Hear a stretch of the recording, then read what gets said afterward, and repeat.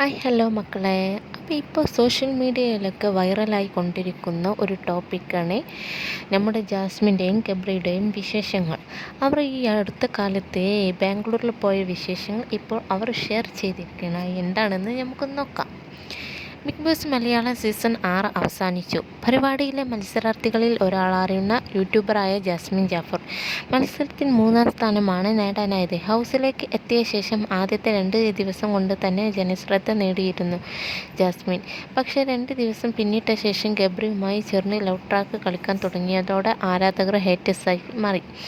വളരെ പെട്ടെന്നാണ് ഗബ്രിയുമായി സൗഹൃദം ജാസ്മിൻ ഉണ്ടാക്കിയത്.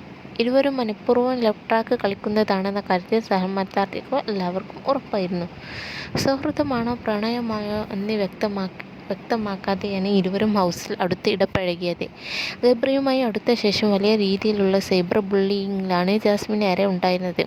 അതിന് കാരണം പുറത്ത് മറ്റൊരു യുവാവുമായി വിവാഹ നിശ്ചയം കഴിഞ്ഞ ജാസ്മിൻ ഹൗസിനകത്ത് ഗബ്രിയുമായി ഇൻറ്റിമേറ്ററായി പെരുമാറുമെന്നാണ്. ഗബ്രി ജാസ്മിൻ അടുപ്പം കൂടിയപ്പോൾ പിതാവിൽ നിന്നും മുന്നറിയിപ്പ് ജാസ്മിൻ ലഭിച്ചിരുന്നു. ബാപ്പയുടെ ഫോൺ കോൾ വന്ന ശേഷം ഗബ്രിയുമായി ഒരുമിച്ചിരിക്കാൻ പോലും കുറച്ച് സമയം ജാസ്മിന് ഭയമായിരുന്നു. മാത്രമല്ല താൻ കമ്മിറ്റഡാണെന്ന് ഉച്ചത്തിൽ വിളിച്ചു പറഞ്ഞ് ഹൗസിൽ വെച്ച് അലറി കരയുകയും ചെയ്തിരുന്നു.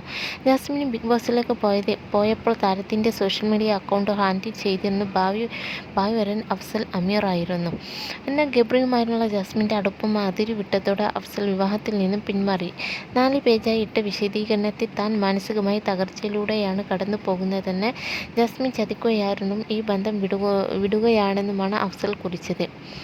മത്സരത്തിന് ശേഷം തൻ്റെ ജീവിതവുമായി അടിച്ചു പൊളിക്കുകയാണ് ജാസ്മിൻ. ബിഗ് ബോസിന് പുറത്തിറങ്ങിയാൽ ഇരുവരും പിരിയുമെന്ന് എല്ലാവരും പറഞ്ഞുവെങ്കിലും പുറത്തെത്തിയ ശേഷം ഇരുവർ സൗഹൃദം തുടരുകയാണ്. ഇരുവരും ഒരുമിച്ച് എടുത്ത വീഡിയോയ്ക്ക് ധാരാളം വ്യൂസും ലഭിക്കാറുണ്ട്. ഇപ്പോൾ ഇരുവരും ഒരുമിച്ച് വീഡിയോ ആണ് വൈറലാവുന്നത്. ബാംഗ്ലൂർ പോയത് എന്തിനാണ്, കുറച്ച് വിശേഷങ്ങൾ പറയാനുണ്ട് എന്ന ക്യാപ്ഷനോടെയാണ് ജാസ്മിൻ വീഡിയോ പങ്കുവെച്ചത്.